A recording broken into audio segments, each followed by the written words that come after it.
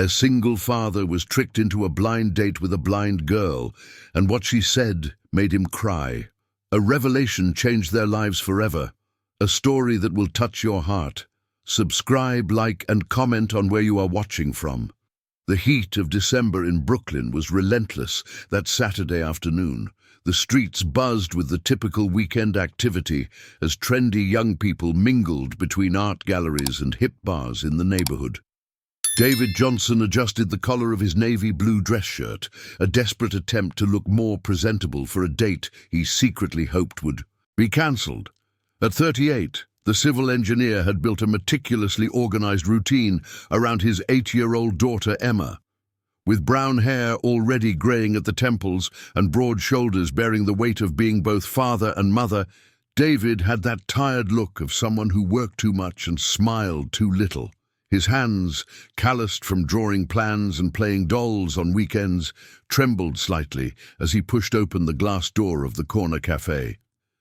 "Dude, you need to get out of that bubble you've created for you and Emma," his office colleague Mark had insisted the previous Friday. "Sarah has a perfect friend for you, a teacher, smart, beautiful. What harm could a little coffee do?" "A lot," David thought, surveying the cozy cafe environment. Exposed brick walls, hanging plants in the corners, the intoxicating aroma of freshly roasted beans mixed with steamed milk. It was exactly the kind of romantic place he had avoided since the traumatic divorce 3 years earlier. His eyes scanned the tables occupied by couples and groups of friends until they landed on a corner table near the large window overlooking Harmony Street. A woman was sitting alone, and David felt the air escape his lungs. Sarah Thompson was 32 and radiated a serenity that seemed to defy the urban hustle around her. Her wavy black hair fell softly over her shoulders, framing a face with delicate yet determined features. She wore an aqua dress that accentuated her light brown skin, and David noticed how her long, expressive fingers gently drummed on the table, as if she were listening to a music only she could perceive. It was then that he saw the white cane, elegantly resting on the table next to her bag. For a moment David was paralyzed, not out of pity or discomfort, but from an unexpected admiration. There was something in her upright posture, the confident way she held her coffee cup, the serene smile playing on her lips that left him completely disarmed. "Excuse me, are you Sarah?" David asked, hesitantly approaching the table. His voice came out rougher than expected. Sarah lifted her face in the direction of his voice, and David lost himself in her expressive eyes. Although she couldn't see, they contained a liveliness and intelligence that made him momentarily forget where he was. "David? Wow! From your voice I can already imagine that." "Sarah wasn't exaggerating when she said you were charming," Sarah replied, extending her hand in greeting. "Please, have a seat. I've already ordered a coffee for you. Double espresso, no sugar." Sarah passed along your preferences. The touch of her hands was firm and warm. David felt a shiver run down his spine, a sensation he hadn't experienced in years. She talked about me?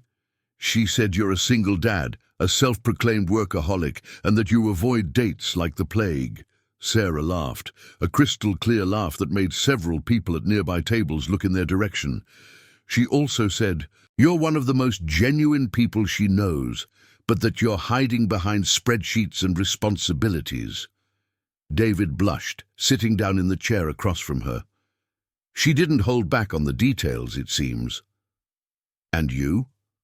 What do you know about me besides the obvious?"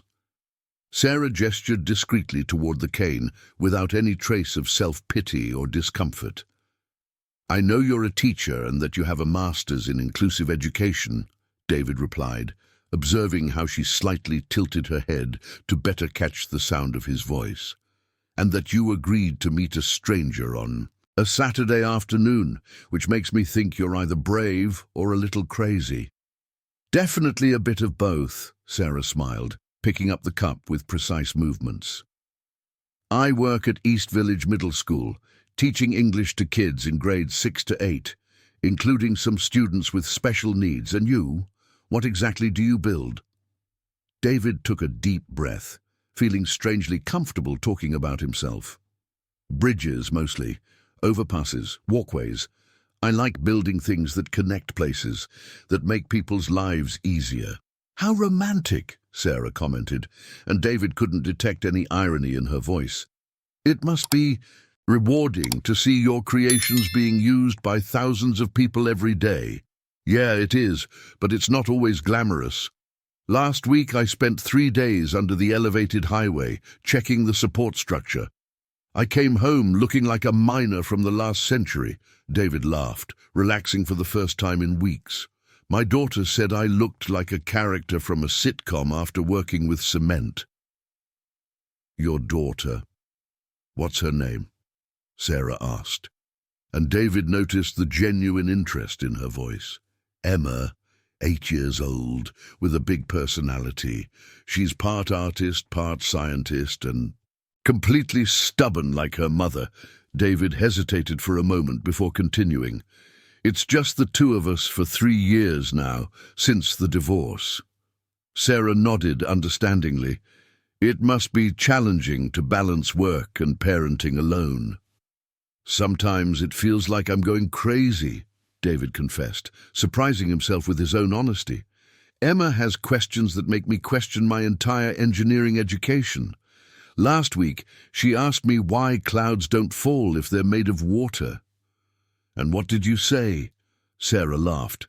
That's the same magic that makes your heart race when you meet someone special, David replied, immediately regretting the cheesy response. Sorry, that came out a bit cute, Sarah completed, a soft blush coloring her cheeks. Your daughter must have loved the poetic explanation. Actually, she said I was being mushy and gave me a lesson on water vapor density. David laughed. At 8 years old, she's already more practical than I am. Sarah leaned slightly forward, resting her chin on her hand. She sounds amazing. I'd love to meet her someday.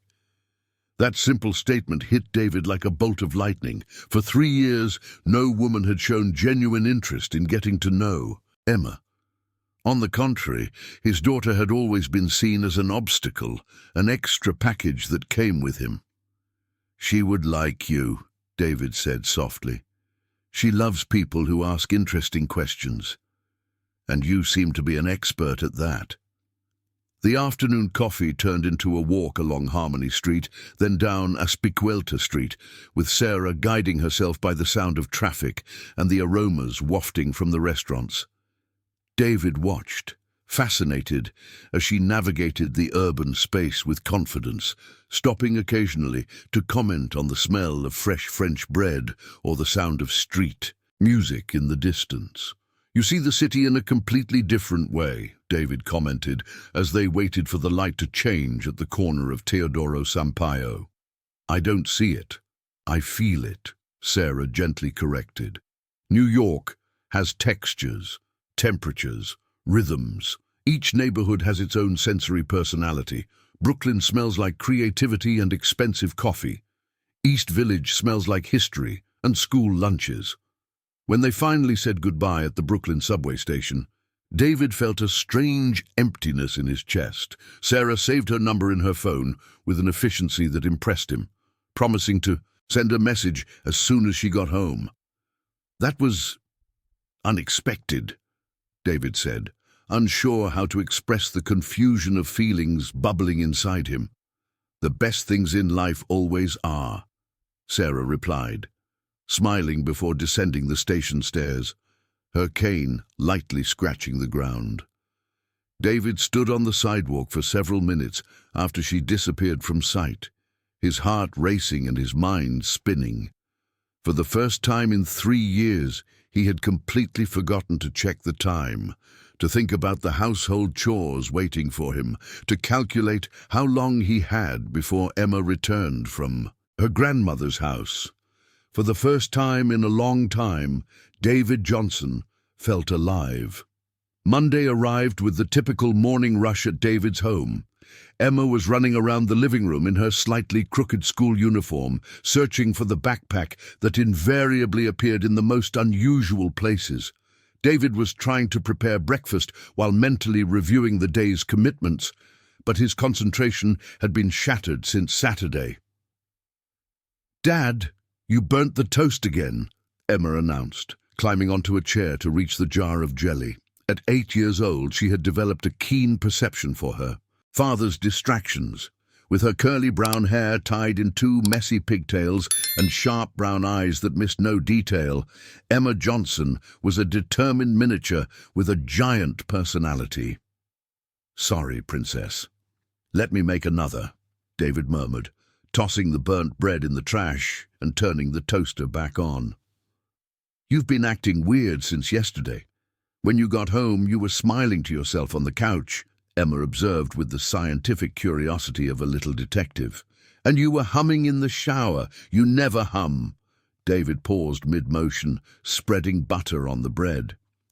"I didn't hum. You did. That song by Taylor Swift that Grandma likes," Emma insisted, swinging her legs on the chair. "Did something happen at work? Did you figure out how to make a bridge that doesn't collapse?" "It's not about work, Emma," David sighed, sitting down next to his daughter. How could he explain to an 8-year-old that he had met someone special? How to talk about feelings he himself couldn't fully understand? "Is it about a person?" Emma asked, with that uncanny intuition she sometimes displayed. "A special person?" David nearly choked on his coffee. "Why do you ask that?" "Because you have that look Uncle Mike had when he met Aunt Lisa," Emma explained, with disconcerting naturalness. "A bit silly, a bit happy, a bit nervous. It's a woman, right?" "Emma, you're 8 years old. You shouldn't know about these things." David tried to change the subject, but he knew it was futile when his daughter decided to investigate something. "Dad, I know you stay single because you want to take care of me," Emma said with a seriousness that didn't match her age. "But I'm not a baby. I can share you with someone nice." His daughter's words hit David hard. 3 years ago, he had built an emotional fortress around them, convinced it was the only way to protect her from new disappointments. But Emma was growing up, and maybe it was time to rethink some certainties. "It's complicated, Princess," David finally said. "Adults are complicated." "More complicated than math?" Emma asked, pulling a genuine smile from her father. "Way more complicated than math." At that moment, David's phone vibrated, and his heart raced when he saw Sarah on the screen. It was a simple message. "Good morning. I hope your Monday is treating you well. I've been thinking a lot about our conversation yesterday," David typed, and deleted a response 3 times before sending something that didn't sound desperate or uninterested. "Good morning.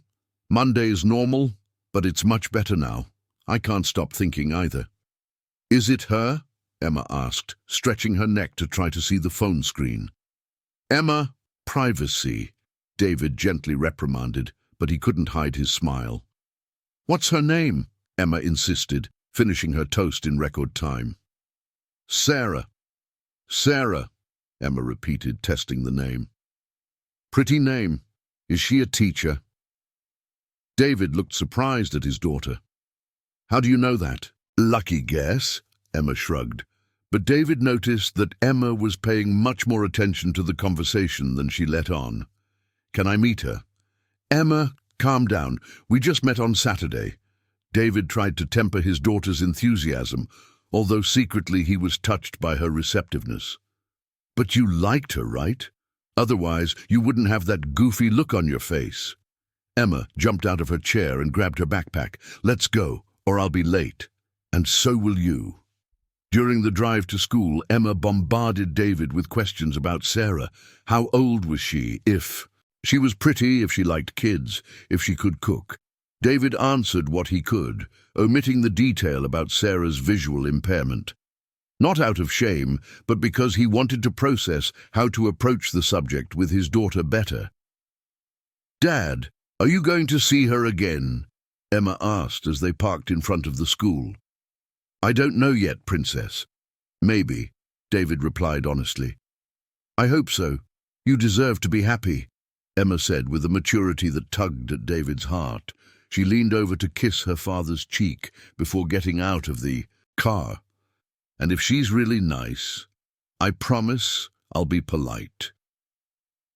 David stayed in the parking lot for a few minutes after Emma entered the school, processing the conversation. His 8-year-old daughter was giving him permission to be happy. When had he become so protective that his own child felt responsible for his emotional well-being? His phone vibrated again. Another message from Sarah. I know it might seem sudden, but how about we grab coffee today after work? I have something to tell you. David felt a flutter in his stomach. Something to tell usually wasn't a good thing in his limited experience with relationships. But there was something in Sarah's direct and honest way of communicating that calmed him. Sure. Same place as Saturday? What time can you make it? He typed quickly. Perfect. 6:30 p.m. I have a staff meeting until 6. Sounds good. I'm looking forward to it, David sent, immediately regretting the last part. Too direct, too needy. He really had lost his touch with flirting. Me too, came the almost instant reply, and David smiled to himself in the car. The day at the office dragged on in slow motion. David tried to focus on the structural calculations for a footbridge he was designing for the East Side, but his thoughts kept flying back to the evening. Mike, his co-worker, wasn't helping with his teasing comments. Dude, you've had a suspicious look on your face since this morning, Mike observed during lunch at the deli across from the office building. I bet Saturday's date was better than you expected. It was different, David admitted, absent-mindedly fiddling with his turkey sandwich. Different how? Is she weird, stuck up, ugly? Mike fired off the questions with the typical curiosity of someone who had set up the date. On the contrary, she's special. David chose his words carefully. Smart, funny, interesting, and beautiful. Very beautiful. So what's the problem? By your face, there's a but in this story. David hesitated. How to explain that the problem wasn't a problem at all, but rather a characteristic that made him admire Sarah even more. She's visually impaired, Mike. Blind. Mike stopped chewing, processing the information. Lisa didn't mention that. Probably because it isn't relevant to who she is as a person, David replied, surprised by his own vehemence. It's just a detail. It doesn't define her. Dude, don't get me wrong. I have no problem with that, Mike hurried to clarify. It's just that you already have Emma to take care of. Wouldn't it be another responsibility? Mike's question touched on a sensitive point that David had been trying to ignore. Throughout the date on Saturday, he had observed Sarah with a mix of admiration and involuntary concern. Not because she seemed to need care. On the contrary, she displayed an impressive independence, but because David had developed a protective complex since Emma was born. She doesn't need me to take care of her, Mike. She navigates better in New York than a lot of people who can see, David said firmly, and I'm meeting her again today. She said she has something to tell me. Hope it's something good, Mike murmured, going back to his sandwich. The rest of the afternoon dragged on endlessly. David checked the clock dozens of times, reviewed emails that didn't need reviewing, reorganized papers that were already organized. At 6:15 p.m., he was in the car heading to Brooklyn, his heart racing with every block. When he arrived at the corner cafe, Sarah was already there at the same table as Saturday. This time she wore a long-sleeved white blouse and a navy blue skirt that accentuated her natural elegance. Her hair was tied up in a low bun, exposing her neck, and David felt that same breathless sensation he had experienced on their first date. On time like an engineer, Sarah smiled when she heard his footsteps approaching. And did you order coffee for us again? David asked, sitting down. This time I ordered cappuccino. I thought we might need something a little sweeter for the conversation we're going to have, Sarah replied, and David noticed a slight tension in her voice. That makes me nervous, David confessed. Sarah took a deep breath, her hands playing with the cup's handle. David, I need to be honest about something. On Saturday, when we met, it wasn't completely by chance.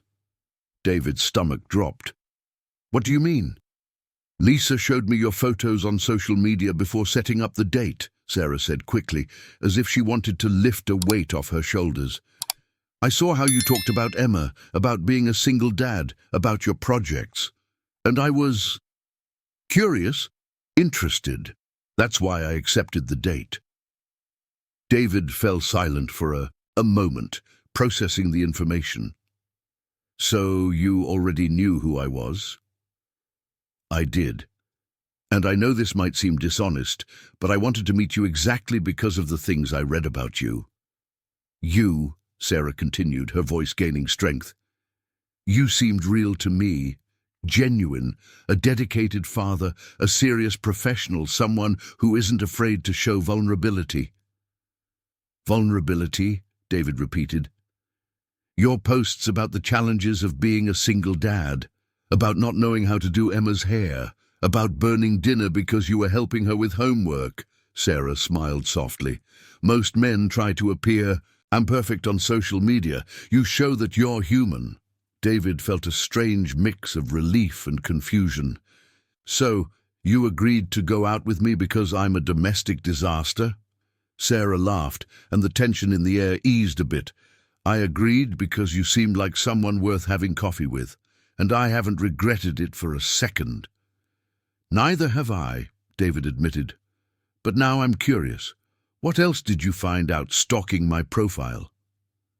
That you're a fan of the New York Giants, love horror movies, and have a soft spot for pistachio fudge, Sarah listed, amused.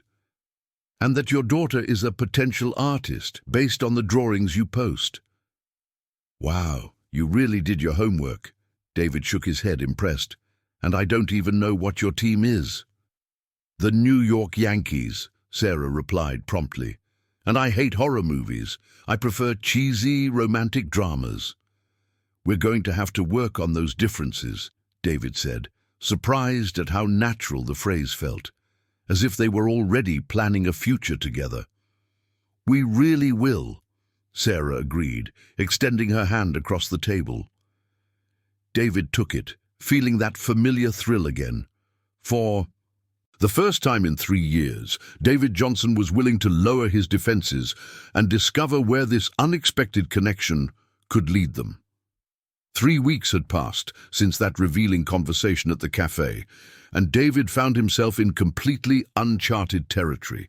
He and Sarah had met 4 times, 2 walks in Central Park, a lunch at Grand Central Market, and a trip to the movies, where David discovered that Sarah watched films through audio descriptions and her own imagination, an experience that made him see entertainment in a completely new light. That Thursday afternoon, David was in the office trying to focus on material resistance calculations when his phone rang. It was Emma's school. Mr. Johnson, this is the educational coordinator, Lisa. We need to talk about Emma urgently. The woman's voice sounded worried. Can you come pick her up early today? David's heart raced. Is something wrong? Did she get hurt?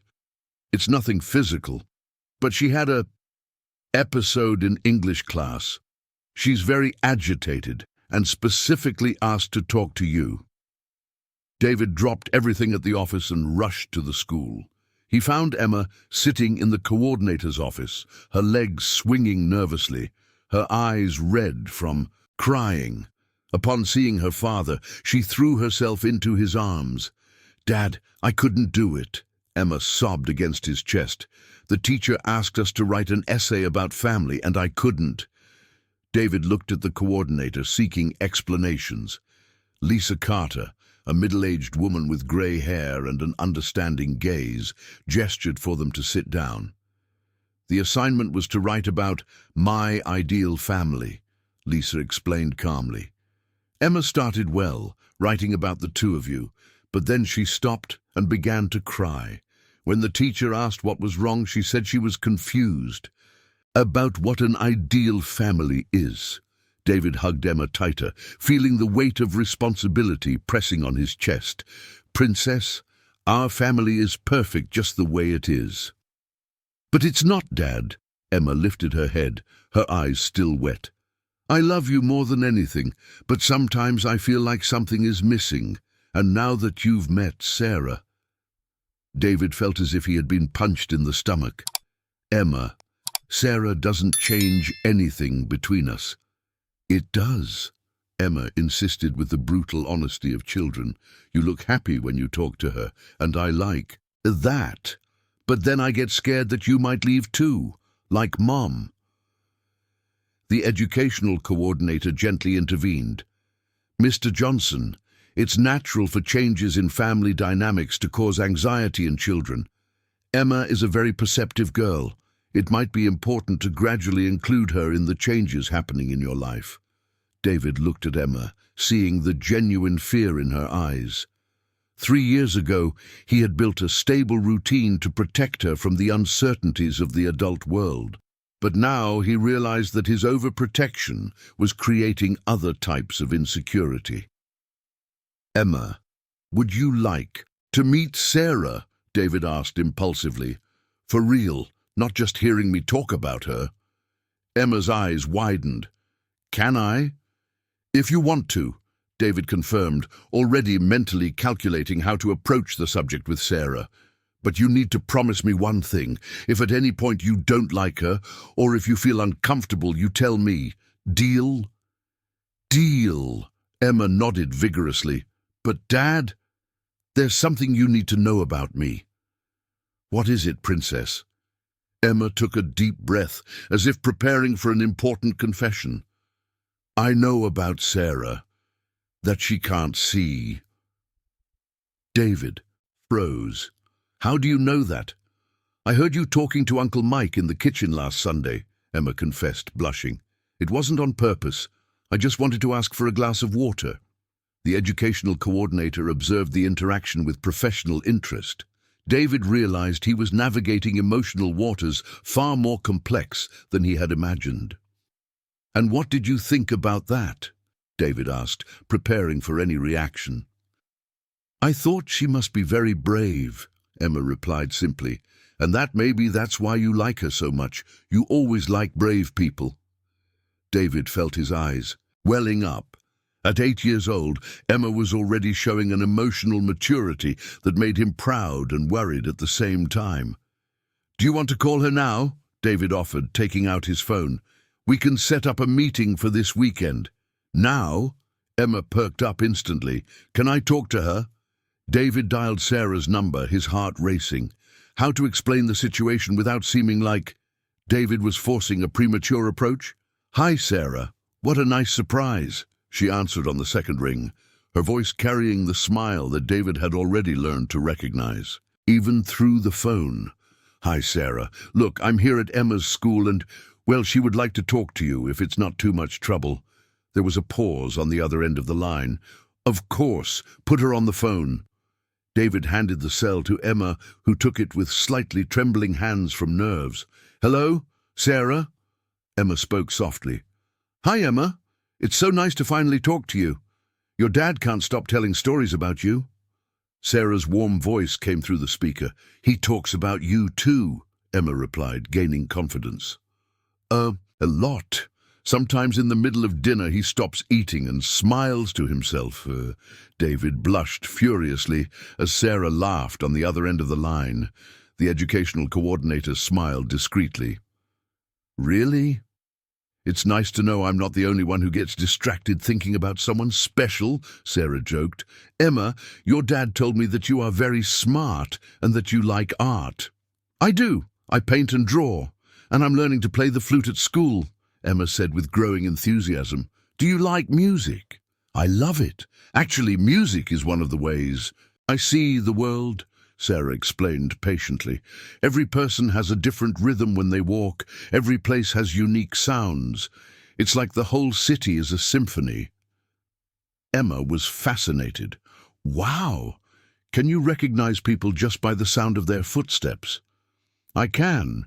Your dad, for example, walks with firm and steady steps, as if he's always measuring distances.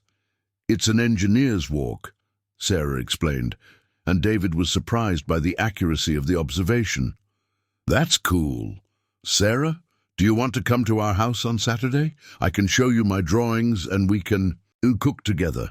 Dad is terrible in the kitchen, but I know how to make pancakes. David panicked.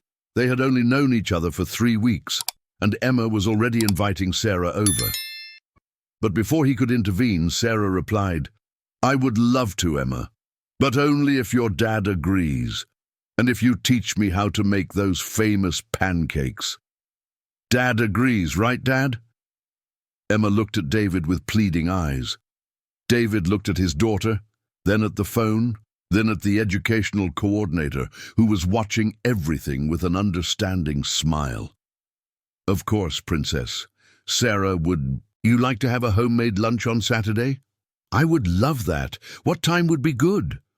Noon, David suggested, already imagining what it would be like to have Sarah in his home, in his most intimate space.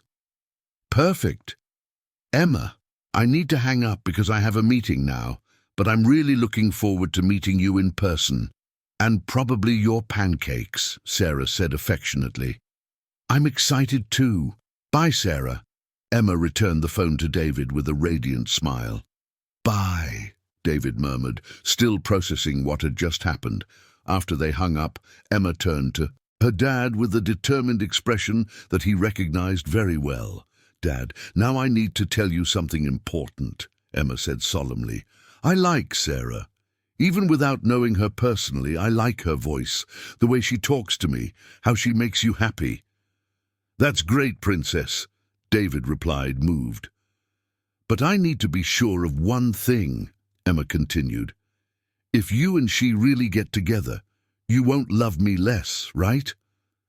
The question hit David like a dagger. He knelt in front of Emma, holding her little hands. Emma, listen to me carefully. There is nothing in the universe that can make me love you less. Nothing and no one. You are my daughter, my princess, my #1 priority. If Sarah becomes part of our life, it will be to add, never to take away. Promise? Emma asked, her eyes shining. I promise, David replied with all the sincerity he could muster. The educational coordinator spoke up. Mr. Johnson, I think Emma is handling the changes very well. Children are more resilient than we imagine. They just need honesty and security. In the car on the way home, Emma was particularly chatty. Dad, do you think Sarah will like our house? What if she trips on something? What if she doesn't like my pancakes? What if... Emma, breathe, David interrupted, laughing. I'm sure she'll love everything, and if she trips, we'll help her. That's how it works when we like someone. You really like her, don't you? Emma asked with genuine curiosity. David thought about the question while waiting for the light to change on Avenue of the Americas. 3 weeks ago, he was a man convinced that his love life had come to an end. Now he was planning to introduce Sarah to his daughter, feeling a mix of nervousness and anticipation that he hadn't experienced in years. I like her a lot, David admitted. And you? Are you ready to share your dad? Are you ready to share your daughter? Emma shot back, clever as always. I think so, David smiled. I think we're ready for our family to grow a little. Emma nodded in satisfaction, turning her attention to the urban landscape passing by the window. David drove the rest of the way in silence, his heart filled with a mix of hope and terror. Saturday would be a turning point, and he just hoped he was making the right decision for everyone involved. Saturday dawned with a clear blue sky, typical of summer in New York. David woke up at 6 in the morning with a flutter in his stomach that he hadn't felt since his teenage years. For the first time in 3 years, a woman would visit his home, his most intimate territory, the space that he and Emma had built together after the divorce. The two-bedroom apartment in Brooklyn was modest but cozy. David had put effort into the decor, combining functionality with childlike touches that demonstrated Emma's constant presence. Her drawings covered an entire wall of the living room, arranged chronologically like an improvised gallery of her artistic evolution. A child. The beige sofa was dotted with colorful cushions that Emma had chosen, and low shelves displayed children's books mixed with technical engineering manuals. "Dad, you're awake! We have so much to do!" Emma burst into the room at exactly 7 o'clock, already dressed in her best navy blue dress, the one she reserved for special occasions like school presentations and important birthdays. "Good morning, Princess. Excited?" David rubbed his eyes, trying to shake off the nervousness growing in his stomach. "Very. I've set everything aside to make pancakes, organized my drawings to show to Sarah, and thought of several questions to ask her." Emma bounced around the room, her morning energy contrasting with her father's hesitant lethargy. The next 4 hours passed in meticulous preparations. David vacuumed, dusted, organized books and magazines, and checked for any visible cleaning products that could pose obstacles for Sarah. Emma, for her part, had taken command of the kitchen with the seriousness of a professional chef. "Dad, you need to move this coffee table out of here," Emma ordered, pointing at the glass furniture in the middle of the living room. "Sarah might bump into it. Emma, she's not blind by birth. She told me she lost her sight progressively during her teenage years. She knows how to navigate very well," David explained patiently, but still pushed the table a few inches to the side. "Even so, it's better to make it easier," Emma insisted with the pragmatic logic that sometimes surprised David. "And Dad, you need to stay calm. You're more nervous than I am when I have a presentation at school." At 11:45 a.m., the doorbell rang. David felt his heart race as Emma dashed to the door shouting, "She's here! She's here!" Sarah was standing in the hallway wearing a light green dress that complemented her brown skin, her loose hair falling in natural waves over her shoulders. In her right hand, she held her white cane, and in her left, she carried a bag that exuded an unmistakable sweet aroma. "Hi," David said, momentarily forgetting all the words in his vocabulary. "Hi," Sarah replied, smiling in a way that made David's stomach do flips. "I brought a flan. I hope you like it." "Sarah!" Emma appeared beside David, practically vibrating with excitement. Come in, come in. I want to show you everything." Sarah extended her hand towards Emma, who shook it enthusiastically before realizing she might be able to help in some way.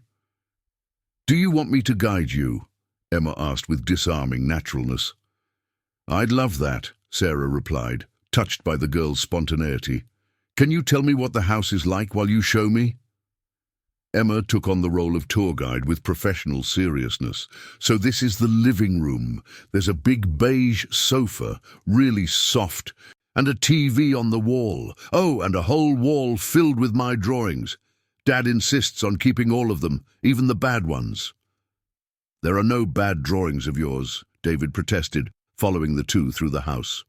"Dad is biased," Emma confided to Sarah. "He thinks I'm the Brazilian Picasso." Sarah laughed, letting Emma guide her to the sofa. "Can I see some of your drawings?" "Through touch?" "Of course. There's one here that's my favorite." Emma ran to the wall and returned with a sheet of paper covered in watercolor. "It's a happy family. I made it last year." Sarah carefully ran her fingers over the paper, feeling the textures of the dry paint. David watched in fascination as she managed to see the drawing through touch. "Are there 3 people?" Sarah asked, focused. "There were," Emma replied, her voice dropping. "It was me, my dad, and my mom. But now it's just me and my dad." Sarah continued exploring the drawing with her fingers. "And are you both happy like that, just the 2 of you?" "We are," Emma replied with conviction. "But lately I think maybe our family could grow a little." David felt his face heat up. His 8-year-old daughter was being more direct than he would ever dare to be. Sarah murmured, a smile playing on her lips. And how would this bigger family look? Well, it would have me, my dad, and maybe a very special person who makes my dad smile when he thinks no one is watching, Emma replied, casting a meaningful glance at David. Emma, David gently warned, dying of embarrassment. What an interesting person, Sarah commented, clearly enjoying herself. Does she have a name? Sarah, Emma replied without hesitation, eliciting a laugh from Sarah, and making David wish he could find a hole to hide in. Good to know I passed the test of the most important critic, Sarah said affectionately. From that moment on, any tension that might have existed completely dissipated. Emma led Sarah through the entire house, describing each room in detail that David had never noticed. In Emma's room, Sarah felt the textures of the stuffed animals, heard detailed explanations about each object, and showed genuine interest in the girl's book collection. "Do you read stories to your dad?" Sarah asked, flipping through a copy of The Little Prince. "Sometimes, but he reads to me most of the time, with different voices for each character," Emma explained. "He does a really funny voice for the Sachi-Perere." "I have to hear that someday," Sarah smiled at David. In the kitchen, Emma took full control of the pancake-making process. David watched, enchanted, as Sarah naturally integrated into the culinary routine. She listened to Emma's instructions, felt the textures of the ingredients, and contributed suggestions based on the aroma and sound of the batter frying in the pan. "Sarah, do you cook at home, by yourself?"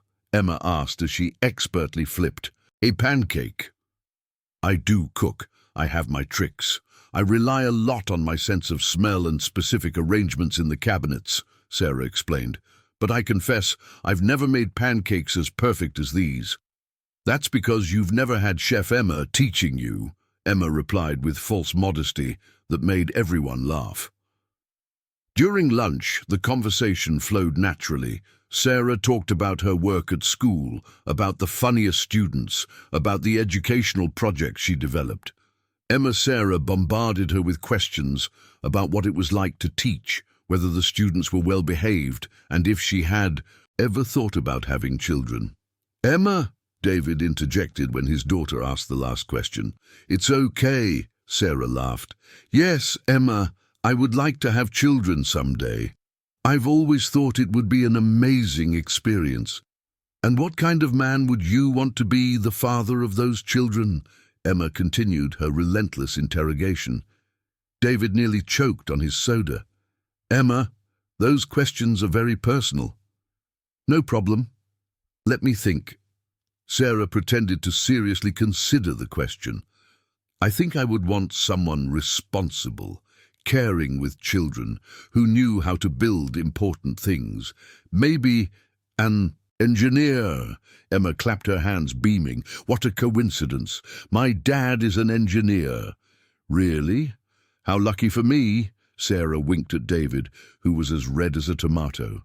After lunch, Emma insisted on showcasing her musical skills. She brought her recorder from school and played a hesitant version of "Mary Had a Little Lamb." Sarah listened with rapt attention, enthusiastically applauding when Emma finished. "You have a very good musical ear," Sarah commented. "Have you thought about learning another instrument?" "I would like to, but it's expensive," Emma replied with the honesty of children. David felt a pang of guilt.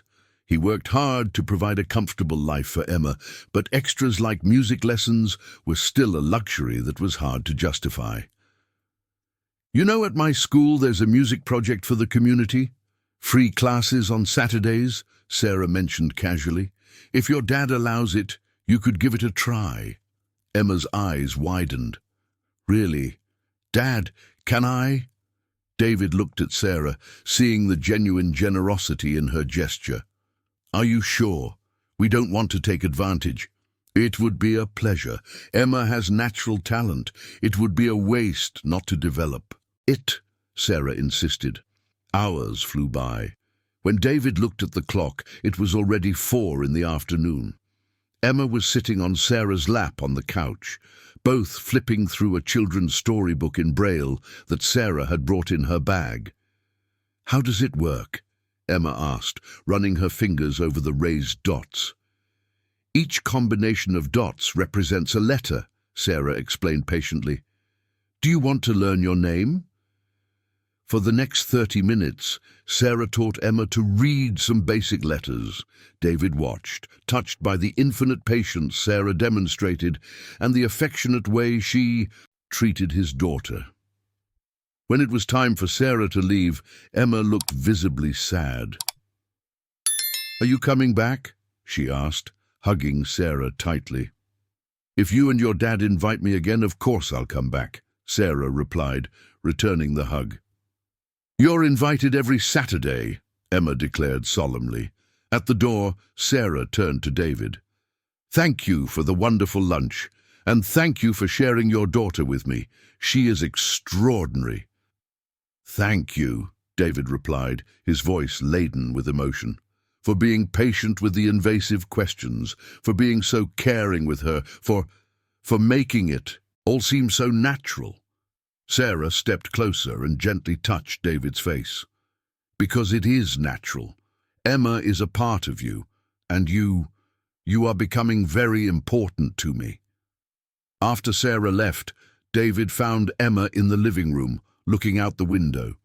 "So, what did you think?" David asked, sitting next to her.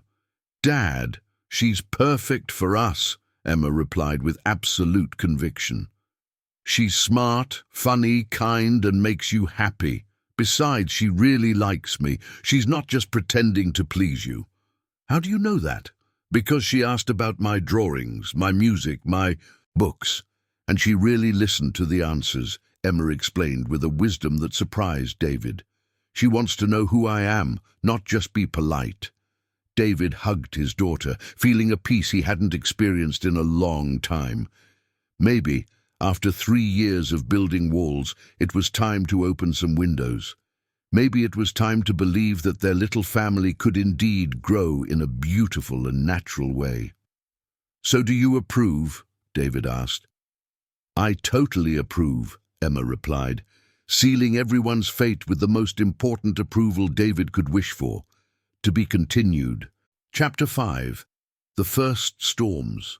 2 months after that transformative Saturday, David and Sarah had established a routine that worked like a well-oiled Swiss watch. She spent weekends at their home. Emma had started music lessons in Sarah's school project, and the three had created a family dynamic that felt natural and organic. It was on a grey Thursday in March that the first serious storm hit the tranquility they had built. David was in the office, reviewing the final calculations for the East Side pedestrian bridge, when his phone rang, insistently. The number that appeared on the screen made his blood run cold. Marchetti and Associates Attorneys, the same firm that had handled his divorce. "David Johnson," he answered with a tense voice. "Mr. Johnson, this is Dr. Paolo Marchetti. I need to speak with you urgently. Your ex-wife has contacted me through attorneys in San Francisco. She's requesting a review of custody for Emma." The world seemed to spin upside down. David gripped the table, trying to process the lawyer's words. "What do you mean, review? She waived her rights when she moved to the United States. Apparently, her circumstances have changed. She has remarried, has financial stability, and wants to regain shared custody. Can you come to the office this afternoon?" David hung up the phone with trembling hands. Carla. After 3 years of total silence, she was now appearing wanting to claim Emma. Just when he had found a happiness he didn't even know he was looking for. Carla Johnson, now Carla Thompson, had been David's first love, the woman with whom he had built dreams and plans that crumbled when Emma was born. She had never adapted to motherhood, always complaining about the loss of freedom, sleepless nights, and responsibilities she wasn't prepared to take on. When Emma turned 5, Carla received a job offer from a multinational in San Francisco and saw the perfect opportunity to start over. Life. "It's temporary," he had lied back then. "Just a few months to get settled, then I'll come to get you." A few months turned into a year, then 2, then 3. The calls became less frequent, the birthday gifts more generic, until Emma stopped asking when her mother would return. David came home that afternoon with a weight on his chest that he hadn't felt in years. Emma was in the living room doing homework, focused on math problems, when she noticed her father's expression. "Dad, did something happen at work? You look like you've seen a ghost." David sat next to his daughter, trying to find words to explain something he couldn't fully comprehend himself. "Princess, your mom called. Through lawyers. She wants to see you." Emma dropped her pencil and looked directly into her father's eyes. "After 3 years? Out of the blue?" "Out of the blue," David confirmed, impressed by Emma's calm reaction. "And you, do you want me to go?" Emma asked, her voice small but determined. "It's not about what I want, Emma. It's about what you want, about your rights," David lied, because every fiber of his being screamed to keep his daughter away from Carla. Emma was silent for a few minutes, processing the information. "Dad, can I ask you something?" "Of course. If Mom comes back, are you and Sarah going to stay together anyway?" The question hit David like a bolt of lightning. He hadn't even thought about how the situation would affect Sarah. He was solely focused on protecting Emma and preserving the stability they had built. "Emma, Sarah has nothing to do with this situation. She does," Emma interrupted firmly, "because now she is part of our family, and if Mum causes problems, it could affect her too." David hugged Emma, once again amazed by his daughter's emotional maturity. "I'll talk to Sarah. I'll explain everything to her." When Sarah arrived for dinner that night, she found a tense atmosphere that contrasted sharply with the usual vibe of the house. Emma was quieter than normal, playing with her food instead of eating, and David seemed lost in dark thoughts. "Did something happen?" Sarah asked, sitting down at the table, and immediately sensing that something was wrong. David took a deep breath. In recent weeks, he'd gotten used to sharing worries with Sarah, treating her as a partner in decisions affecting Emma. But this was different. This touched on the past he had buried and the stability of the future they were building. "David's ex-wife showed up," Emma announced with the typical frankness of children. "After 3 years. She wants to see me." Sarah froze for a few seconds, processing the information. "I see, and how are you feeling about this, Emma?" "Confused," Emma answered honestly. "I barely remember her, and I don't know why she showed up now, just when we were happy. Sometimes adults make decisions with terrible timing," Sarah said gently, casting a sympathetic glance at David. "But that doesn't mean the good things we've built will disappear." David felt a wave of gratitude for how Sarah was handling the situation. No drama, no jealousy, focused on Emma's well-being. "Sarah, I need to tell you the details," David said after Emma went to her room. "Carla has been living in San Francisco for 3 years. She married an American, apparently has financial stability now, and she wants a revision of shared custody." Sarah remained silent for a few minutes, absorbing the implications of the information. "And what does that mean practically?" she finally asked.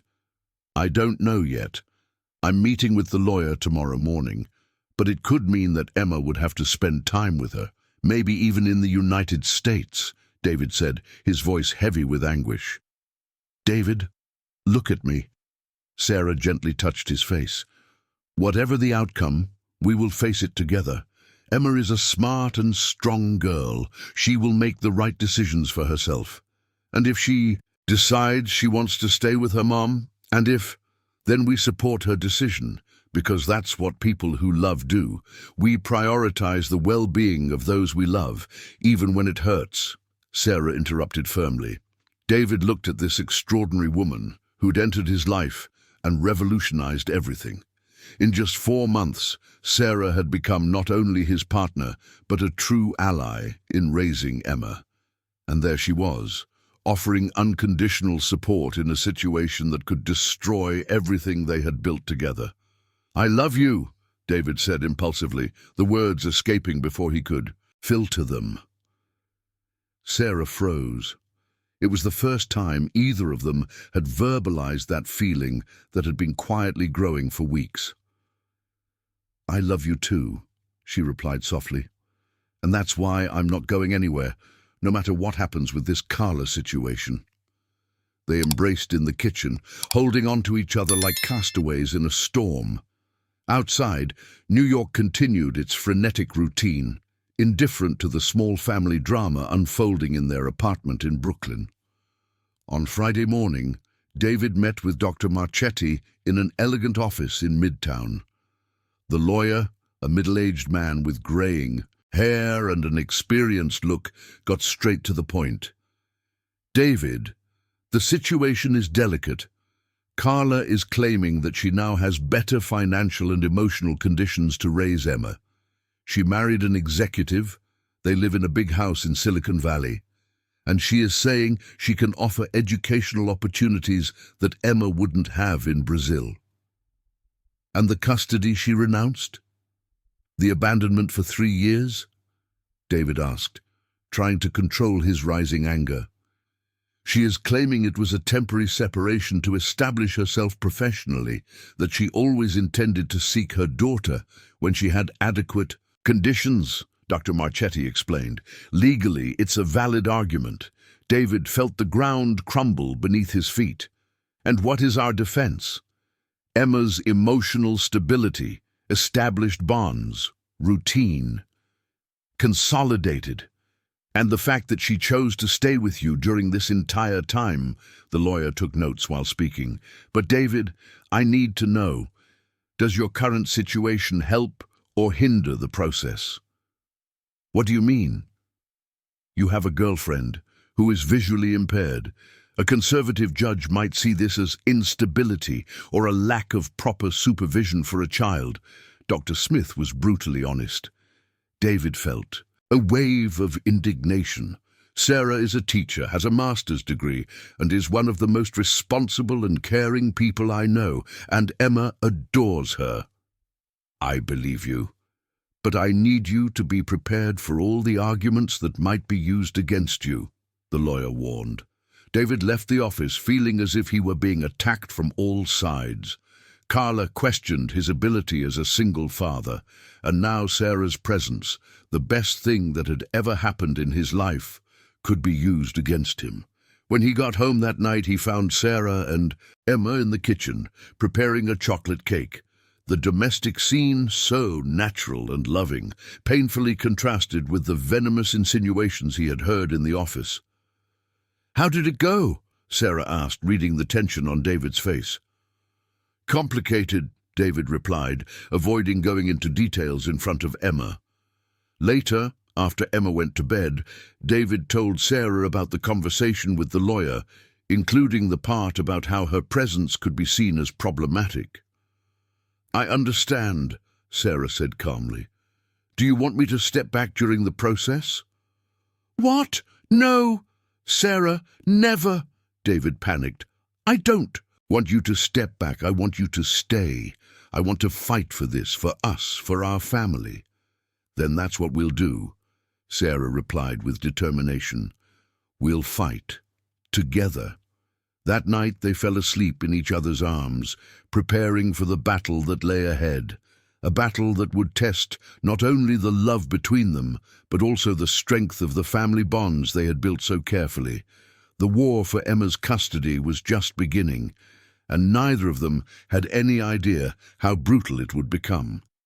Monday arrived laden with tension. David had spent the entire weekend trying to prepare Emma for the inevitable reunion with her mother. But how do you prepare an 8-year-old to face someone who had become practically a stranger? The meeting was set for 2 in the afternoon at a neutral cafe in Westfield Mall, chosen by Dr. Smith as a safe territory. David arrived half an hour early with Emma, who wore her favorite blue dress and carried an expression of determination that broke her father's heart. "Dad, what if I don't like her anymore?" Emma asked for the 10th time, nervously fiddling with her purse strap. "Then you don't have to pretend to like her," David replied, kneeling in front of his daughter. "You can be polite but honest about your feelings." "And what if she wants me to go with her today?" "That's not going to happen, Princess. It's just a visit, for you two to talk." David tried to reassure himself more than his daughter. At exactly 2 o'clock, Carla appeared. David felt as if he had been punched in the stomach. She was unrecognizable. Platinum blonde hair, where it had once been natural brown, expensive clothes that screamed American dollars, a confidence that he didn't remember seeing before. At 35, Carla Johnson was visibly successful and knew it. "David," she greeted formally, extending her hand as if he were just a stranger. "Carla," he replied with the same coldness. Then she turned to Emma, and David saw her expression completely break. The mask of a successful executive gave way to something more vulnerable, more real. "Emma, my God, how you've grown." Carla knelt down, trying to be at eye level with her daughter, her eyes welling up. "You're so beautiful, so big." Emma looked at her mother with scientific curiosity, as if she were studying an interesting but unknown specimen. "Hi, Mom," she said simply, showing no particular emotion. The trio sat at a reserved table, and an awkward silence settled in immediately. Carla tried to start conversations about school, about hobbies, about friends, but Emma responded with formal politeness, lacking warmth. "So, do you like music now?" Carla asked, trying to show that she had researched her daughter's life. "I do. I'm learning the flute," Emma replied monosyllabically. "That's great. I also liked music at your age. Remember I played guitar?" Emma shook her head. "I don't remember." David saw Carla shrink at the response. 3 years was an eternity in a child's memory. Emma was 5 when Carla left, now she was 8. Half of her conscious memories were of a life without her mother.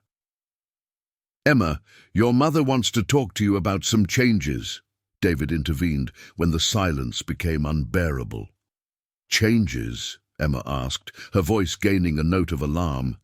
Carla took a deep breath, clearly rehearsed for that moment. "Emma, I know I made mistakes. I know I was gone for a long time. But now I have a stable life, a big house, and I thought, maybe you would like to spend some time with me, get to know where I live." "In the United States?" Emma asked. "Yes. It's an amazing place with excellent schools, lots of opportunities. You could learn English perfectly, experience other cultures."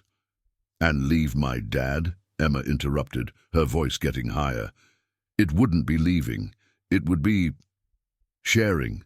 A few months with me, a few with him," Carla explained, but David could see she was improvising. Emma fell silent for long minutes, processing. Then, with the brutal honesty of children, she asked the question no one expected. "Why did you leave?" Carla looked visibly shaken. I needed to grow professionally. I needed to find myself." "Without me?" "It wasn't about you, Emma. It was about me, about my limitations at the time," Carla tried to explain. "But I needed you," Emma said simply. "And you weren't here." David felt his eyes welling up, his daughter.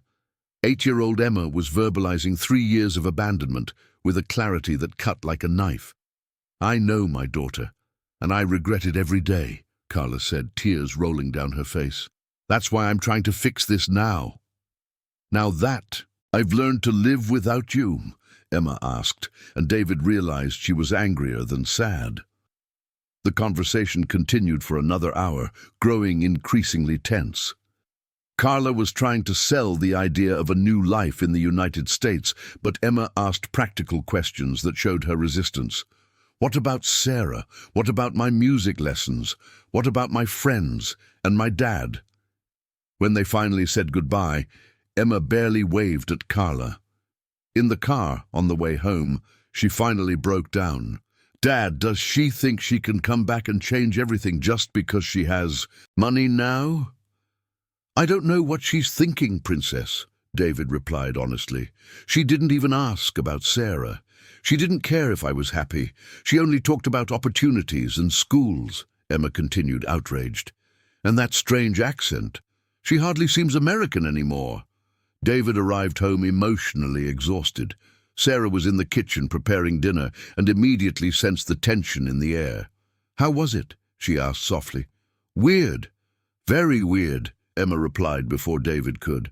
She seems like a different person, wealthy but empty. Sarah hugged Emma affectionately. People change, dear. Sometimes for the better, sometimes for the worse. You're never going to leave me, right, Sarah? Emma suddenly asked. The question caught everyone off guard. Sarah was visibly moved. Emma, I'm not going anywhere. As long as you want me here, I'll be here, Sarah replied with conviction. Promise? I promise.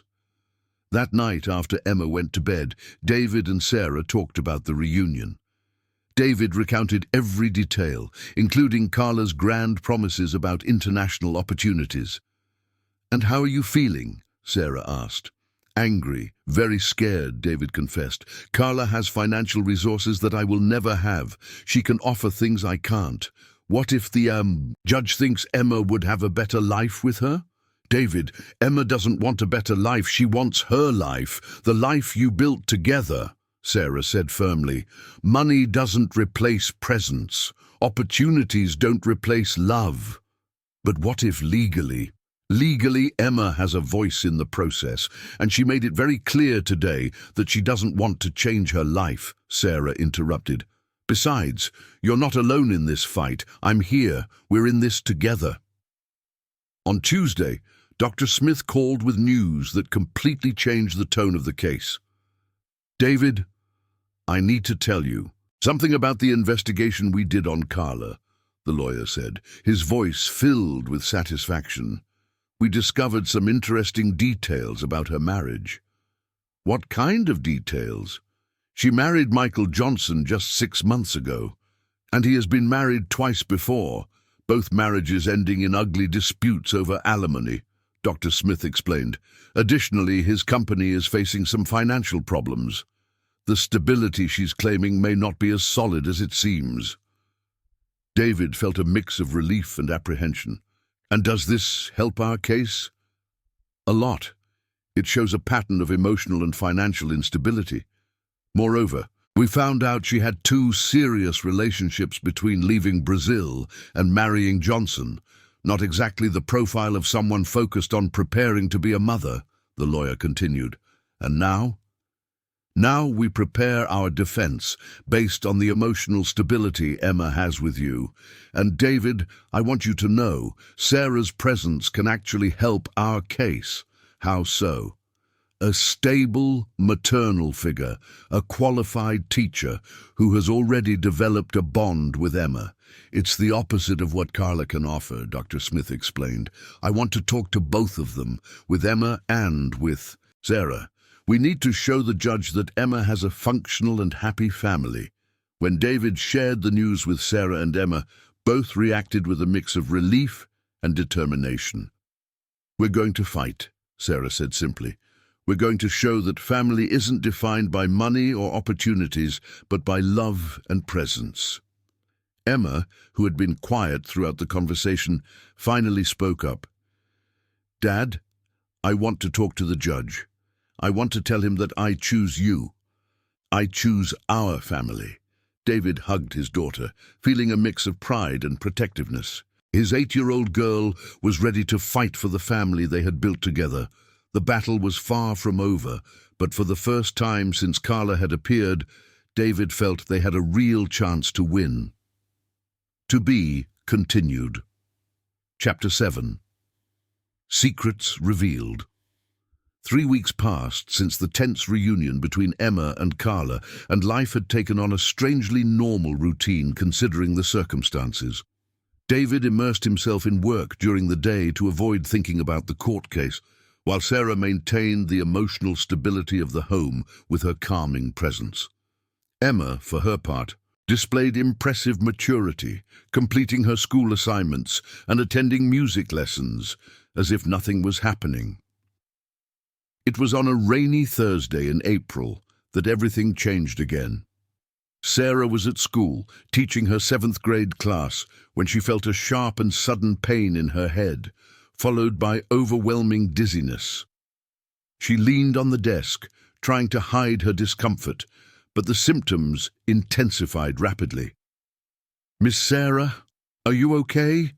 asked Julia, a particularly attentive student who always sat in the front row. "I'm fine, dear, just a little dizzy." Sarah tried to smile, but her voice came out shaky. Then it happened. Sarah tried to walk to the board and stumbled over her own cane, falling heavily to the classroom floor. The students screamed, some rushed to help her, while others ran to call for help. The school principal, Dr. Helena Anderson, arrived within minutes, accompanied by the nurse. Sarah was conscious but visibly shaken, struggling to orient herself in the space. "Marina, can you hear me clearly?" Dr. Smith asked, kneeling beside the teacher. "I can, but something feels different. I can't seem to orient myself properly," Marina confessed, fear evident in her voice. "It's like my other senses are confused." The ambulance was called immediately. During the ride to General Hospital, Marina called David with trembling hands. "David, I'm going to the hospital. I had an episode at school," she said, trying to keep her voice calm. "What? Marina, what happened?" David practically shouted, standing up from his office chair and knocking papers to the floor. "I can't explain it well. I felt a sharp pain in my head and lost my balance. I'm in the ambulance now," Marina explained, hearing the sirens in the background. "I'm going to the general. Can you ask someone to pick up Emma from school? I don't want her to worry yet." David ran out of the office, asking Marcelo to cover for him and calling his mother to pick up Emma. Throughout the taxi ride to the hospital, his heart raced out of rhythm. Marina was the strongest and most independent person he knew. Seeing her vulnerable like this terrified him. He found Marina in the neurological emergency room, undergoing a battery of tests. She was sitting on a stretcher, paler than usual, her hands trembling slightly. "How are you?" David asked, holding her hands. "Scared," Marina admitted. "David, there's something I need to tell you. Something I should have said a long time ago." David's heart sank. "What is it?" Marina took a deep breath, as if preparing for a difficult confession.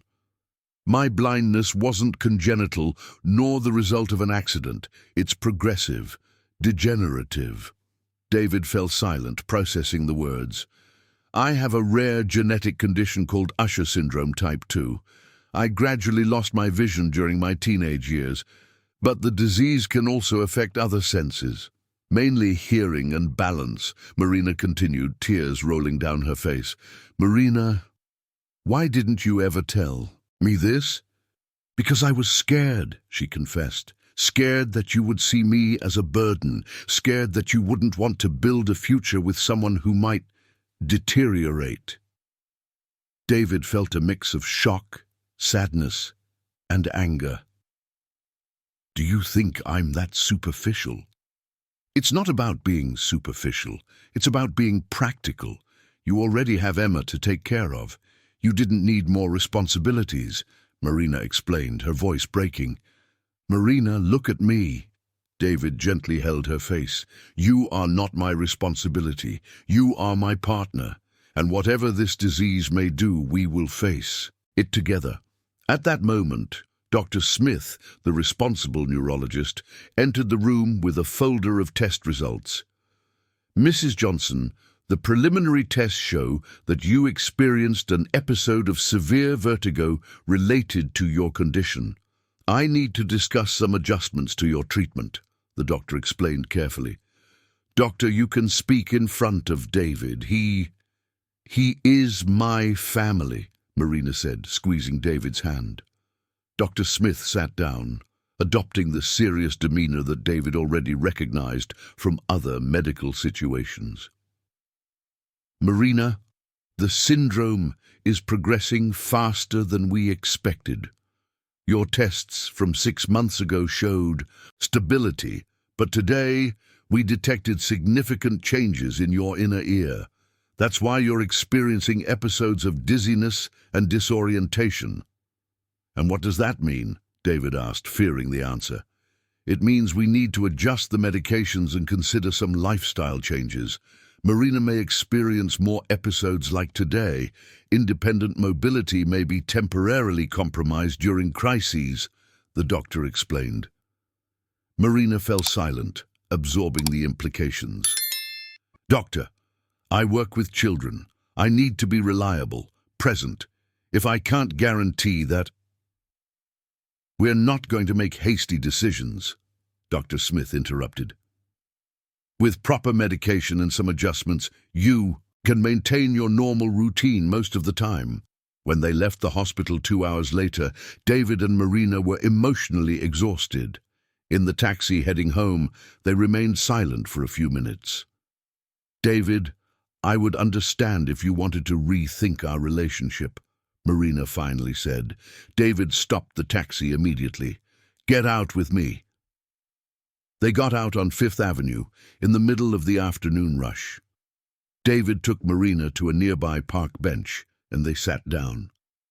Marina Johnson, I'm going to say this only once, so pay attention, David began, his voice firm. 6 months ago, I was a bitter, lonely man, convinced that my love life was over. You showed up and changed everything. You made me remember that I can be happy. You taught me that love isn't perfection. Its presence. Marina cried silently. You brought light into our home. Emma adores you. You made us a better, more complete family. And if you think a degenerative disease is going to make me run away, you don't know me at all, David continued. But David, it could get worse. There may come a time when I need constant care. And if that happens, we'll deal with it. Together, David interrupted. Marina, when you told me you loved me, was it conditional? Only if I stayed healthy forever? Of course not. Then why do you think my love for you would be any different? That night, when they got home, Emma immediately sensed that something had changed. Marina was quieter, David more protective, and there was a tension in the air that she couldn't identify. Did something happen? Emma asked during dinner. David and Marina exchanged glances, silently deciding that Emma deserved to know the truth. Marina felt unwell at school today. We went to the hospital for some tests, David explained carefully. Is she sick? Emma asked, worried. I have a medical condition that can cause me some problems at times, Marina explained simply. Nothing that will stop me from being here with you, but sometimes I might need extra help. Emma processed the information with the seriousness of an adult. What kind of help? Sometimes I might feel dizzy or lose my balance. Nothing serious, just inconvenient, Sarah smiled, trying to reassure. Emma nodded as if making an important decision. Then we'll have to take better care of you, just like you take care of us. The simplicity of Emma's response broke down Sarah's last defenses. She had spent months hiding her fears, thinking she was protecting everyone by keeping secrets. But here was an 8-year-old showing that family means taking care of each other unconditionally. Emma is right, David said. We are a family, and family supports each other. That night, after Emma went to bed, David and Sarah talked late into the night about the future, about fears, about plans that needed to be adjusted. For the first time since they met, There were no secrets between them. "David, there's one more thing," Sarah said as they were almost falling asleep. "What is it?" David murmured sleepily. "With everything that's happening, the illness, the situation with Carla, the lawsuit, are you sure you want to continue with me? Wouldn't it be easier for you if I—" David interrupted her with a long, tender kiss. "Sarah, for the last time, I choose you. Every day, I choose you. With or without Usher syndrome. With or without Carla trying to destroy our family. I choose you." Sarah fell asleep in David's arms that night, feeling safer and more loved than she had ever felt. The secrets were revealed, the cards on the table, and surprisingly, instead of pushing them apart, the truth had brought them even closer. But the next day, they would discover that Carla had found out about Sarah's medical episode, and she was prepared to use that information in ways none of them could imagine. Friday morning began with an unexpected phone call. David was making coffee when his cell phone rang, displaying an unknown number with an American area code. "Hello? David, this is Carla. I need to talk to you urgently." David felt his stomach churn. "Carla, any conversation should go through the lawyers. You know that. It's about Emma and your girlfriend." Carla's voice carried a venomous tone that David recognized immediately. It was the same tone she used when she wanted to manipulate a situation to her advantage. "What do you mean? I heard she was hospitalized yesterday, that she has a degenerative disease that you hid from the lawyers," Carla said with barely concealed satisfaction. David felt his blood run cold. "How did you find out?" "That doesn't matter. What matters is that you are exposing my daughter to unnecessary risks. A woman with serious medical issues, who could have crises at any moment, shouldn't be taking care of a child." "Carla, you don't know what you're talking about. Sarah is a qualified teacher, a person of integrity. She's a disabled person with a progressively worsening illness," Carla cruelly interrupted, "and you are using my daughter as a babysitter for your problematic girlfriend." David's anger exploded. "Our daughter, Carla. Emma is our daughter, and you have no moral standing to talk about taking care of a child after 3 years of abandonment. 3 years building a stable life to offer her. 3 years that you used to create a chaotic and dangerous situation." Carla shot back. "My lawyer is already preparing an emergency petition. Emma cannot continue in this environment." The call ended abruptly, leaving David with shaking hands from anger.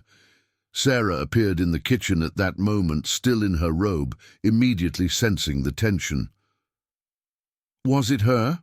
Sarah asked, although she already knew the answer from David's expression. "She found out about yesterday, about your medical condition, and she's trying to use it against us," David explained, running his hands through his hair nervously. Emma appeared in the kitchen doorway, still in her pajamas, but clearly having heard part of the conversation. "Is Mummy trying to cause problems for Sarah?" she asked with an alarming perception. David looked at the 2 most important women in his life, one 8 years old, the other 32, both waiting for him to have answers he didn't possess. "She's trying to use Sarah's medical condition as an argument to question our ability to take care of you," David explained honestly. "But that's stupid," Emma protested indignantly. "Sarah takes better care of me than anyone, just because she sometimes gets dizzy." "Emma is right," Sarah gently interjected. "But David, maybe she has a point. Maybe I really am a risk for Emma." "No!" Emma shouted, surprising both adults. "Sarah, you are not a risk to anyone. You are the most caring person I know. You always teach me how to cross the street properly, not to run around the house, to put things in the right place." David watched his daughter defend Sarah with a passion that deeply moved him. "Emma is right.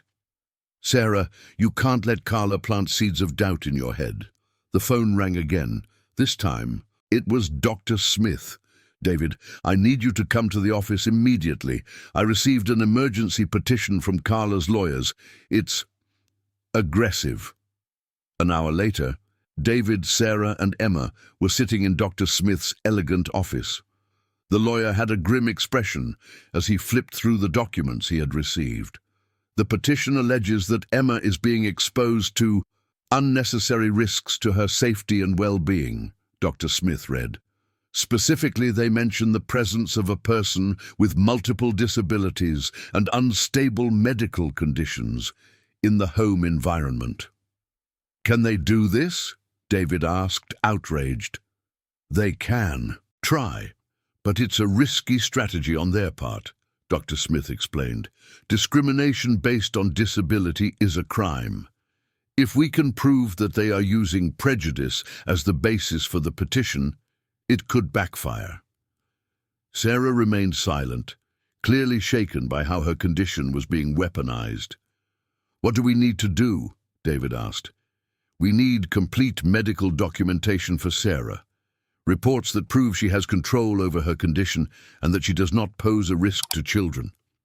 Dr. Smith took notes as he spoke. We also need to... witnesses, work colleagues, neighbors, people who can attest to her competence as a caregiver. What about me? Emma suddenly asked. Can I talk to the judge? Can I tell him that Sarah takes great care of me? Dr. Smith smiled for the first time since they arrived. Emma, this could be our secret weapon. Your spontaneous and honest testimony could be worth more than any medical document. When they left the office, Sarah was visibly shaken. In the taxi back home, she remained silent, while Emma chatted about how she would defeat the evil mommy in court. At home, after Emma went to play in her room, Sarah finally opened up. David, I can't do this to you, she said, her voice breaking. I can't be the reason you might lose Emma. Sarah, no, David began, but she interrupted him. Carla is right about one thing. I can have episodes.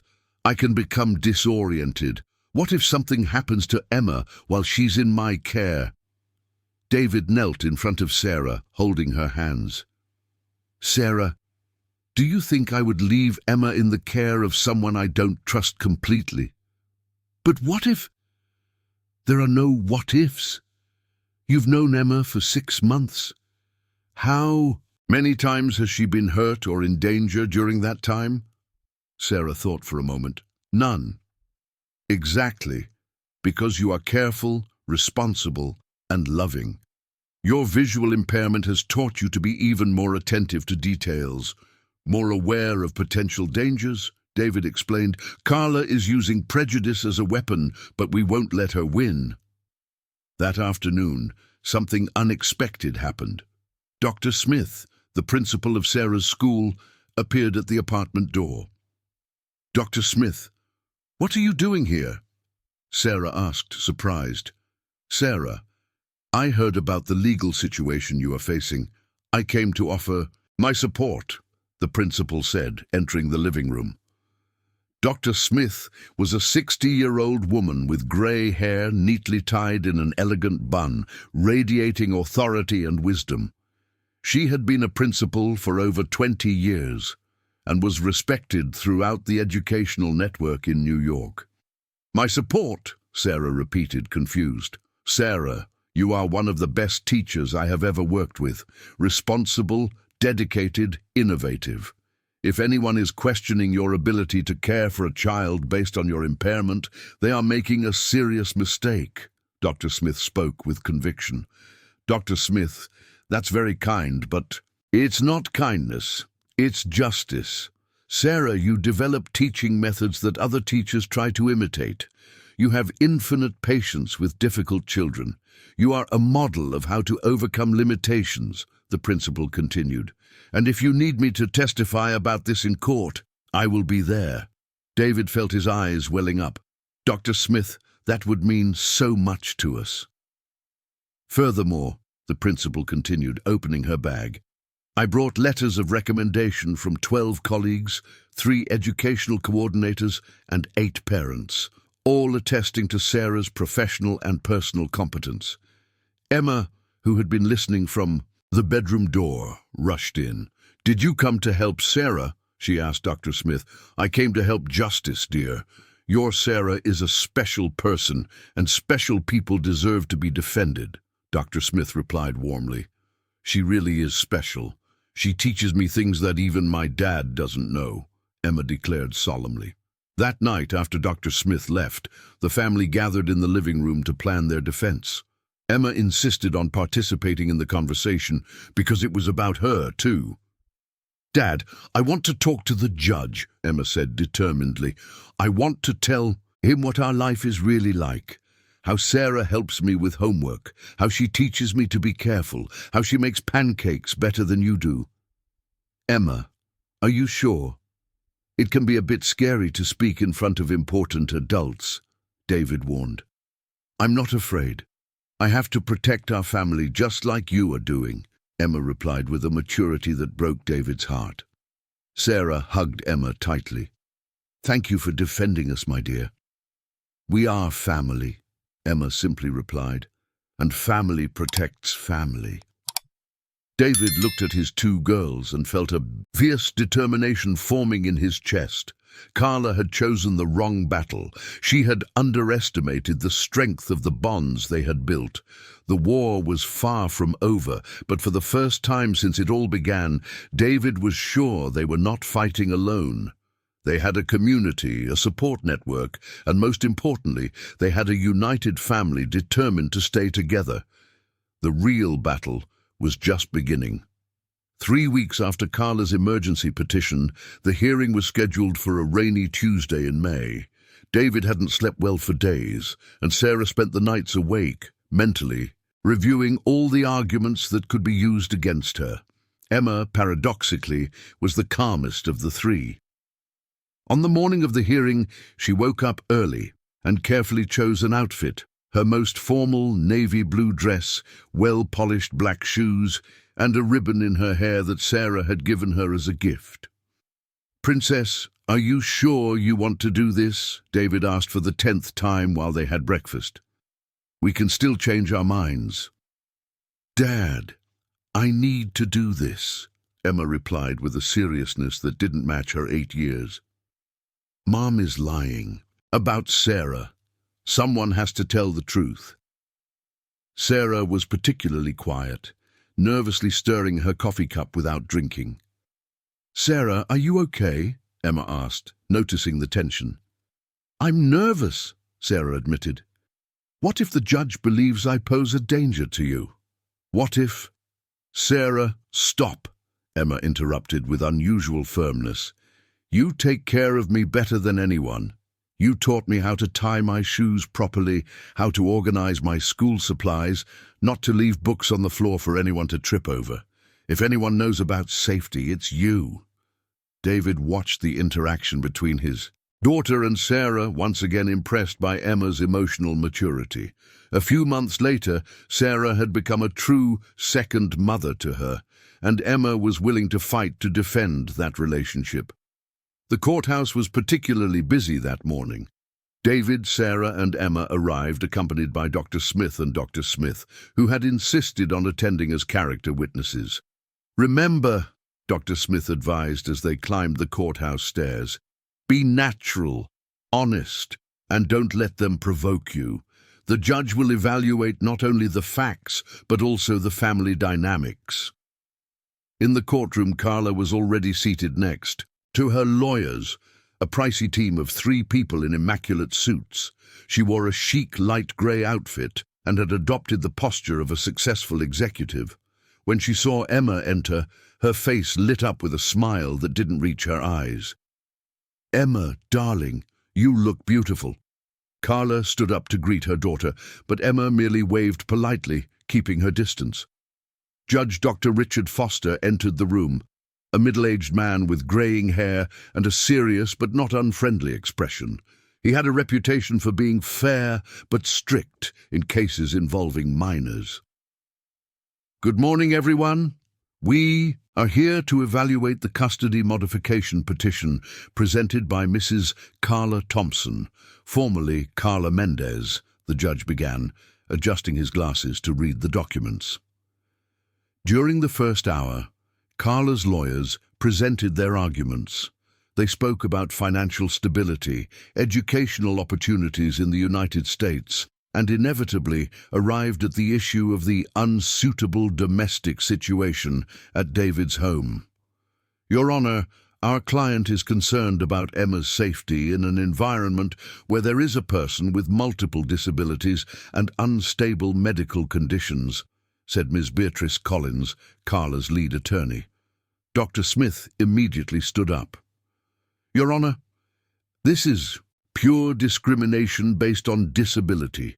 Mrs. Johnson is a qualified educator, a teacher for 10 years, with no history of negligence or incapacity.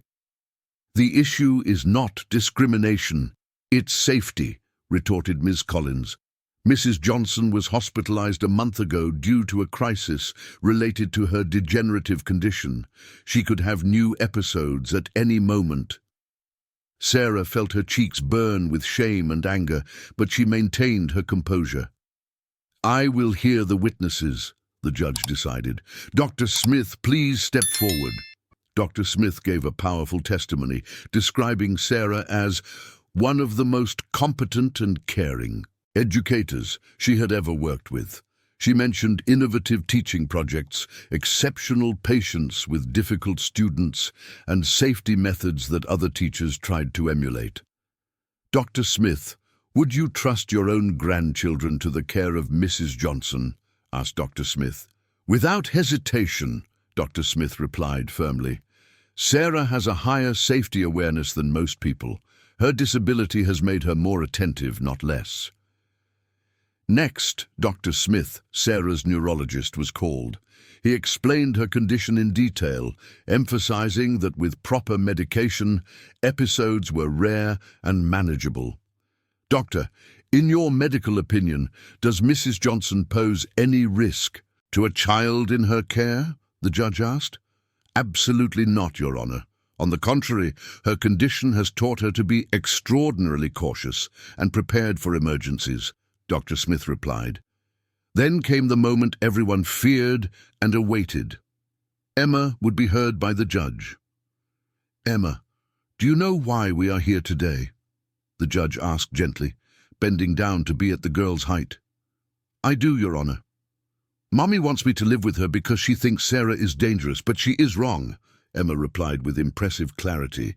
Tell me about Sarah. What is it like living with her? Emma took a deep breath, as she had rehearsed, but the words that came out were completely spontaneous. Sarah teaches me things that only she knows. She taught me that noise makes boiling water so I don't get burned. She taught me to always leave doors either fully open or fully closed so no one bumps their face. She taught me to never leave anything on the floor because someone could trip. The judge nodded, interested. And when she isn't feeling well, how was it when she got sick at school? I was worried, but she explained that sometimes she gets dizzy like when we spin too much at the playground, and when that happens, she sits and waits for it to pass, Emma explained.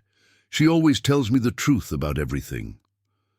Emma, if you could choose where to live, what would you choose?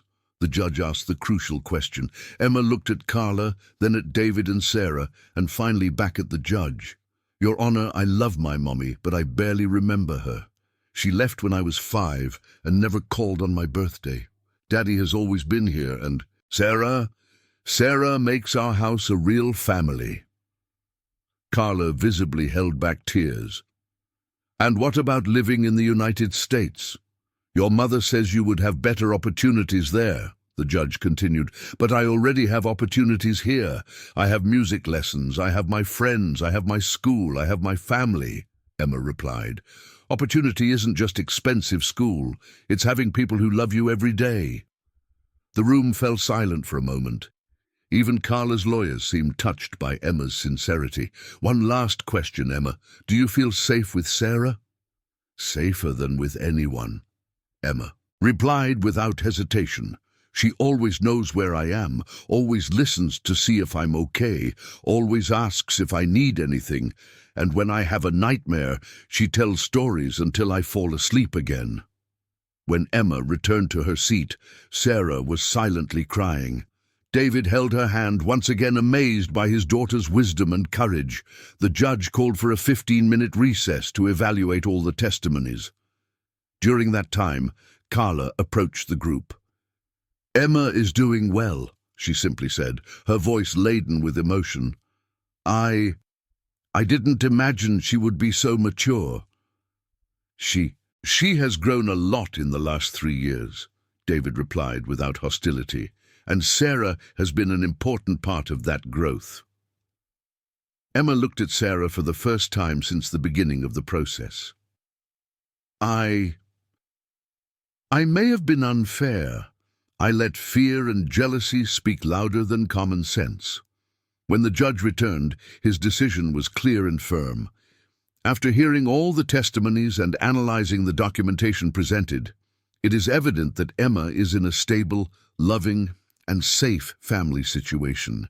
Mrs. Johnson's presence in the home not only does not pose a risk, but clearly contributes positively to the child's development. The relief on David and Sarah's faces was visible. Therefore, I maintain custody with Mr. David Johnson. To Mrs. Carla Johnson, I grant visitation rights by agreement between the parties, always respecting the well-being and wishes of the child, the judge concluded. Emma ran to hug David and Sarah simultaneously. "We won! Our family stays together." Carla approached again, this time with tears in her eyes. "Emma, can I give you a hug?" Emma looked at her father, who nodded encouragingly. She hugged Carla, but it was a polite hug, lacking the emotional exuberance she showed with Sarah and David. "Mom, you can visit me whenever you want, but my home is here," Emma said kindly but firmly. As they left the courthouse, under the light drizzle of May, David looked at his family, now official in the eyes of the law, and felt a deep peace. They had weathered the storm and emerged even more united. "And now?" Sarah asked, still processing the victory. "Now we go home," David replied, putting an arm around her and another around Emma. "We go to our home, our family, our life." Emma bounced between them, radiant. "And tomorrow can I tell everyone at school that Sarah is my heart mom officially?" Sarah stopped in the middle of the sidewalk, too emotional to respond. David gently kissed her forehead. "You can tell the whole world, Princess. The whole world." 6 months after the court victory, life in their Brooklyn home had found a new and harmonious rhythm. David woke up every morning with a sense of completeness he hadn't felt in years, watching Sarah still asleep beside him and hearing the familiar sounds of Emma getting ready for school in the next room. It was a particularly special November morning. Emma had a flute performance at school, and Sarah had promised to take some students from her class to watch. An integration project she had developed that was drawing attention from other schools in the area.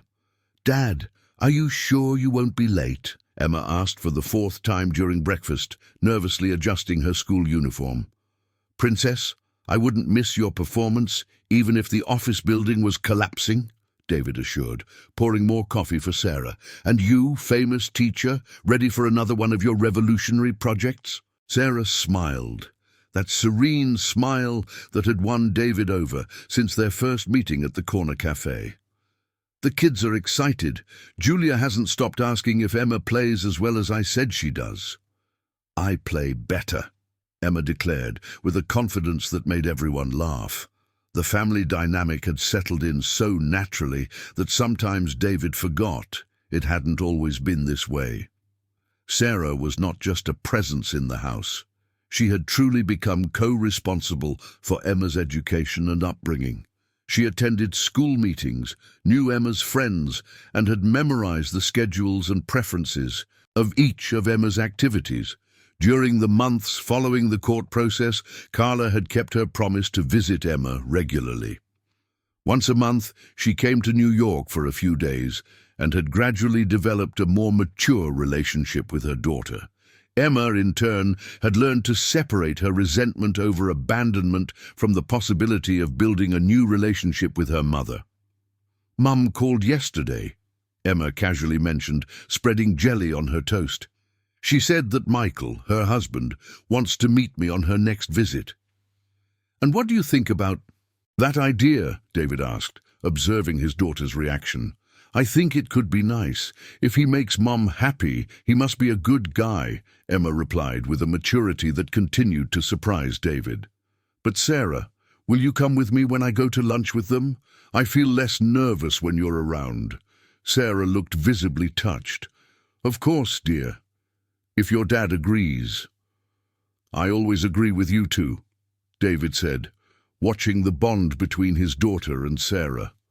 Over those months, Sarah had become much more than a stepmother to Emma. She was a confidant, a private tutor, a partner in culinary adventures, and the person Emma turned to when she needed to talk about things she considered girl stuff.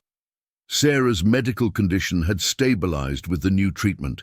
She still had occasional dizziness episodes, but she had learned to recognize the signs early and develop strategies to cope with them. Emma, in turn, had become a little expert in helping Sarah during those moments. "Sarah, you look like you're going to get dizzy," Emma announced when she noticed the first signs. "Shall we sit down for a bit?" At school, Sarah had become something of a celebrity. Her innovative teaching methods, developed from her own experience with disability, were being studied by the Department of Education as a model for other units. She had published 2 articles in specialized magazines and received an invitation to speak at a national conference on inclusive education. "Did you see the registrations for my talk at the conference?" Sarah asked during lunch while Emma was at school. 200 people. I never imagined my experience could interest so many people." "You are inspiring, Sarah. You always have been," David replied, admiring once again her strength and determination. David Johnson had chosen to share his life with Sarah. During those months, David had also undergone significant transformations.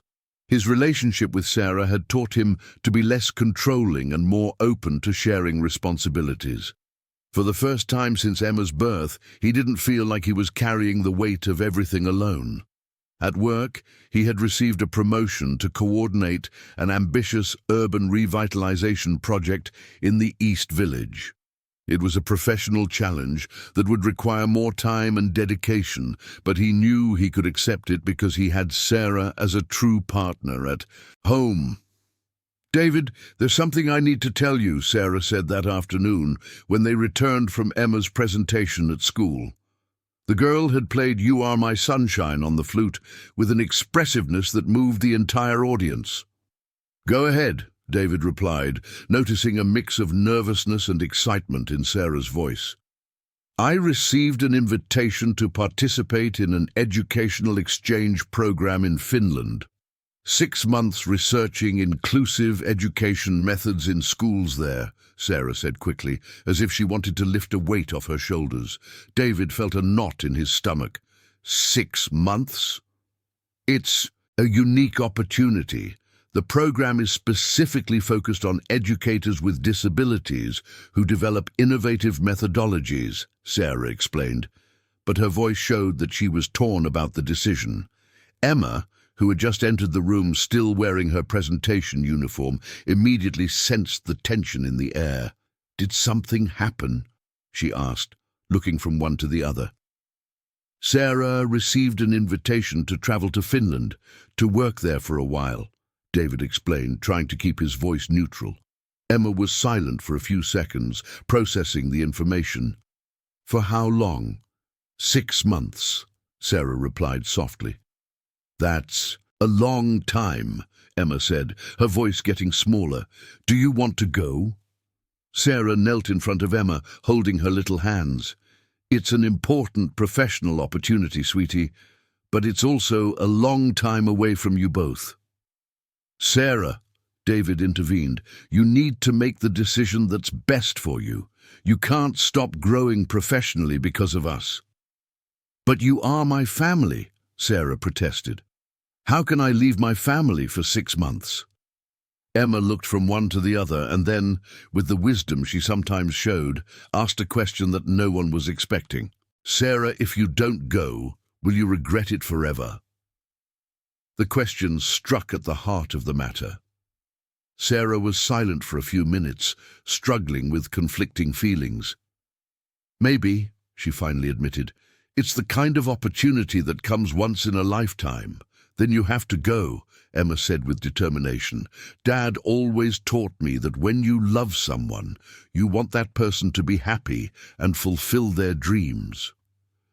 David looked at his 9-year-old daughter, once again impressed by her emotional maturity. Emma is right, Sarah. If it's important to you, we'll find a way to make it work. But 6 months away from you both, Sarah began. It wouldn't be far, Emma interrupted. You would call every day, send pictures, tell stories, and we would visit you there. Right, Dad? David looked at Emma, then at Sarah, and felt that overwhelming love he had for his little family. Of course, during school breaks, we'll go to Finland. Emma has always wanted to see real snow. Sarah began to cry, tears of emotion mixed with gratitude. You would do that for me? Sarah, David said, pulling her into a hug that included Emma, we do this, not for you, but with you, because family supports family's dreams. And when you come back, you'll have millions of stories to tell. Emma added, already excited about the prospect of the adventure. And you'll know how to teach new things to your students. That night, after Emma went to bed, David and Sarah talked late into the night about the practical details of the trip, about fears and expectations, about how to keep the family united, even with physical distance. David, how do you always manage to be so generous? Sarah asked, nestled in his arms. It's not generosity, Sarah. It's love. True love doesn't hold back, doesn't limit. True love propels, David replied, kissing the top of her head. You taught me that. You taught me that family is not about always being in the same physical place, but about always being in the same emotional place. I love you, Sarah murmured against his chest. I love you too. And I will love you in New York, in Finland, or anywhere in the world where you are, David replied. 3 months later, Sarah was at JFK Airport with 2 suitcases and a mix of anxiety and excitement in her heart. David and Emma accompanied her to the boarding gate, all trying to keep their composure. Will you call as soon as you arrive? Emma asked for the 10th time, hugging Sarah's neck. I'll call before I go to sleep there, which will be morning here. Every day, Sarah promised. And will you send drawings by email? I'll make a new drawing every week, an illustrated diary of our life here so you won't miss anything, Emma promised solemnly. When the flight was called, the 3 hugged in a goodbye that was painful but full of hope. Sarah, David said, holding her face in his hands, go, fulfill your dreams, learn everything you can. We will be here when you come back, always. And what if I find out I can't live away from you both? Sarah asked, trying to memorize every detail of David and Emma's faces. Then you come back early, Emma replied simply. Family is always here for family. Sarah boarded with a broken heart, yet overflowing with love. For the first time in her life, she had a family that unconditionally supported her dreams, that loved her enough to let her go and trust that she would return. 6 months later, when Sarah landed at JFK Airport, filled with experiences, knowledge and longing, she found David and Emma waiting with colorful signs. The smiles that lit up the entire arrival hall.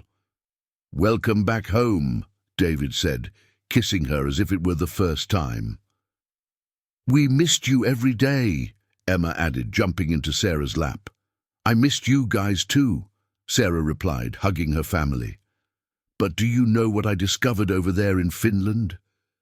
What? They asked in unison. I found out that home is not a place. Home is where the people you love are, Sarah said, looking into David's eyes and then at Emma's. And my home is here, with you. 2 years later, in a simple ceremony in Central Park, David and Sarah got married. Emma was the maid of honor, Carla attended as a guest, and Dr. Smith was Sarah's matron of honor. The family had grown, strengthened, and found their perfect way of loving and being loved. When they exchanged vows under a blooming yellow tree, David looked at Sarah and Emma and knew he had found not only the love of his life, but the true meaning of family. A family that chooses each other every day, that supports dreams, that overcomes obstacles together, and understands that true love has no limits, only endless possibilities to grow and transform.